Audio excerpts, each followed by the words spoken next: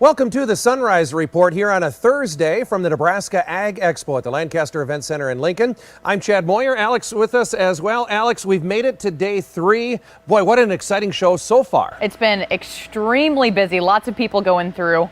Good weather so far. Hours have changed a little bit, so lots of good things going on, and it's not over yet. That's right. We do have one more day of the Nebraska Ag Expo. There could be some weather in parts of eastern Nebraska. If you are traveling, please do so safely, but it's a full day. Everybody is here. It's still full. There's still some breakout sessions. There's some really good food that we found out yesterday, yes. Alex. So come on out to the Ag Expo. Hours today, 8:30 is when the doors open, and then they'll close at 3 o'clock this afternoon.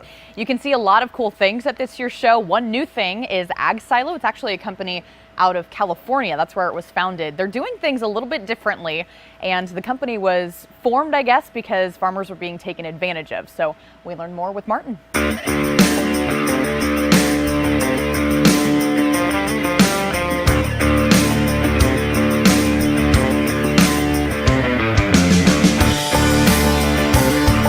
Creating a solution where farmers were being taken advantage of. We're learning more here today with Ag Silo at this year's Nebraska Ag Expo. Martin is joining us. Tell us a little bit more about what you guys do, Martin. Sure. So we are an online marketplace for ag equipment where farmers can buy and sell equipment with almost no fees. So there's no buyer fees, there's no listing fees, and there's only 4% seller's fees. We did this because we saw that with the auction system where they would get a 10% buyer's fee or a 15 to 18% seller's fee, they were really being taken advantage of.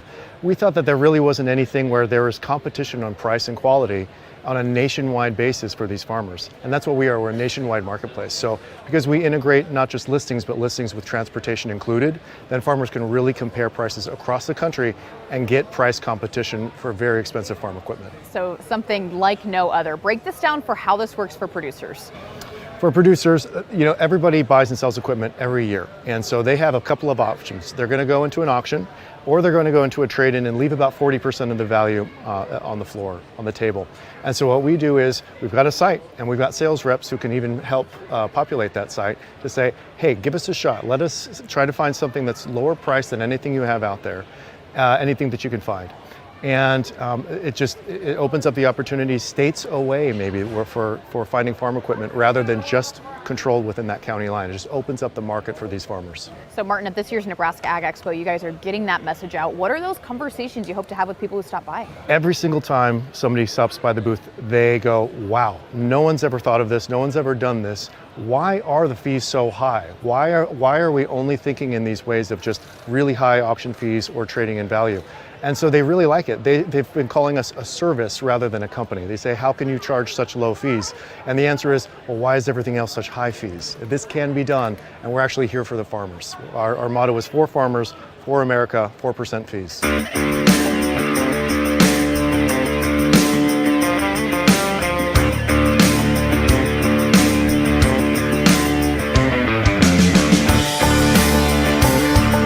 Big thanks to Martin for taking time, telling us a little bit more about Ag Silo. That's one thing going on at this year's show. Another thing that's new to the show, the Innovation Hub and ExpoEDU sessions. Those have been fabulous so far. We've had some great discussions over on the ExpoEDU stage, talking about everything what's driving commodity markets.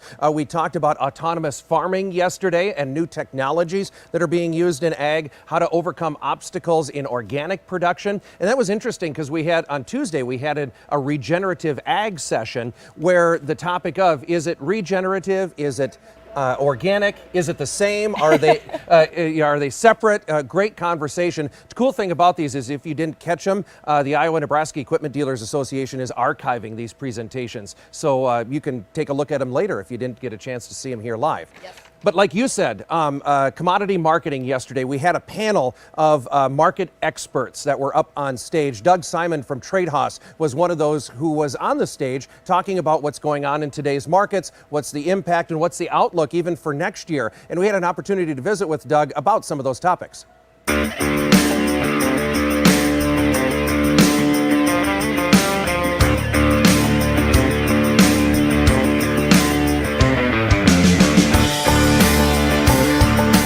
On Wednesday morning at the Nebraska Ag Expo, the Iowa-Nebraska Equipment Dealers Association hosted a series of roundtable discussions as part of the expo, and one of those focused on marketing of grain. One of the panelists, Doug Simon, he is with Trade Haas. As we talked about in the panel, when it comes to marketing grains, there's a lot of things to navigate, a few hurdles and some opportunities too. But as far as marketing grain right now, what are the big things that are affecting the market in your opinion? Well, that's a good question. We always look at futures and basis and carry, and the basis has been really strong here as of late. It's weakened a little bit in the last couple weeks, but we're still looking at those opportunities to move soybeans right now because it is still relatively strong, but also corn basis should improve here as we go just after the new year, which would be another signal to move those cash grains.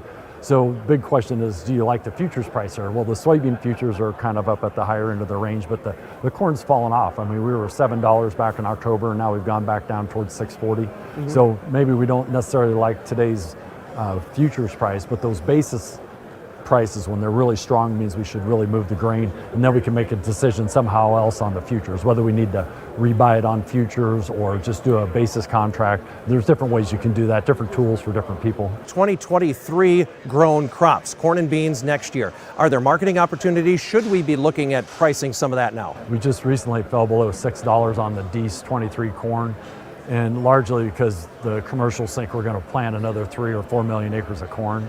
And if we do that, our carryouts for next year are going to grow. We want to look at either hedging, selling December 23 futures, or you could use some puts to put a floor underneath it, but still leave yourself open to the upside. There's some different strategies that you can structure, but the attitudes are more bearish now than they were last year at this time, just because of the potential increase in acres and having more normal yields. So floors might be the way to go, at least to get started. At least to get started early here in the year, it works out well. It kind of slows down the volatility of the market and the movement in prices, at least gives you a floor and protects you until we can get maybe 3 months down the road and have a better idea what's going to happen with weather. I'm not a very good weatherman. Yeah, me neither. Weather person, yeah. All right, Doug, thank you for joining us. Appreciate it very much. Thanks for having me. Absolutely. Again, that's Doug Simon from Trade Haas, based in Lincoln, Nebraska. Again, he was one of the panelists as part of the roundtable discussion on marketing grains, part of the Nebraska Ag Expo in Lincoln.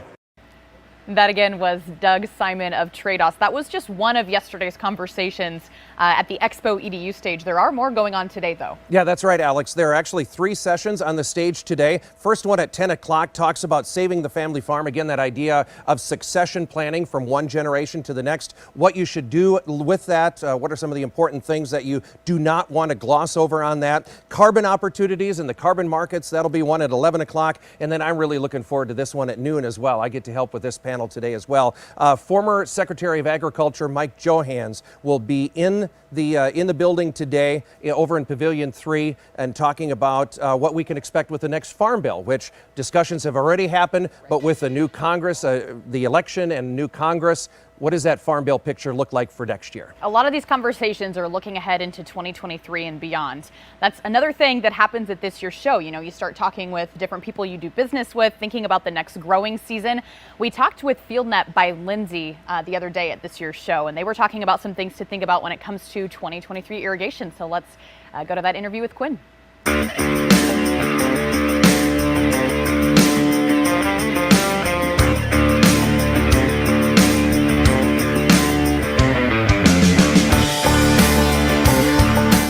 Have a number of things here to talk about. The first thing we want to mention is Fieldnet by Lindsay. Tell us more.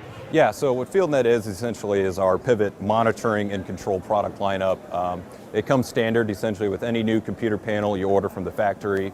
We also do have some aftermarket products we can throw on that allow you to either monitor a base layer monitoring product or all the way up to full control, from controlling the well to actually controlling the pivot out in the field. So another thing we were talking about, the end of year is coming.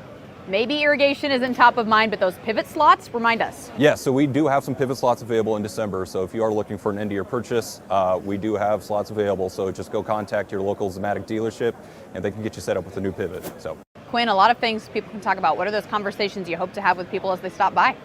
I just hope people, stop by and understand the value of technology that can be on their farm. We've had a couple years of really, hard running. It's been dry. Irrigation just almost becomes more of an irritation for some people. So just making, having the ability to see your pivots from your phone. Just makes it a little bit easier for everybody at the end of the day. So. And in the world of technology, this is going to save producers money at the end of the day too, right? Absolutely. It's, we were having a conversation earlier about, some people still need to go out to their pivot once a day to check on some things, but this gives you the ability to cut out 2, 3, however many trips you have throughout the day. You can start cutting out some of those trips, which, that leads to savings in fuel costs and depreciation on some of your vehicles. So. All right, that again, Quinn joining us with Lindsay Corporation at this year's 2022 Nebraska Ag Expo.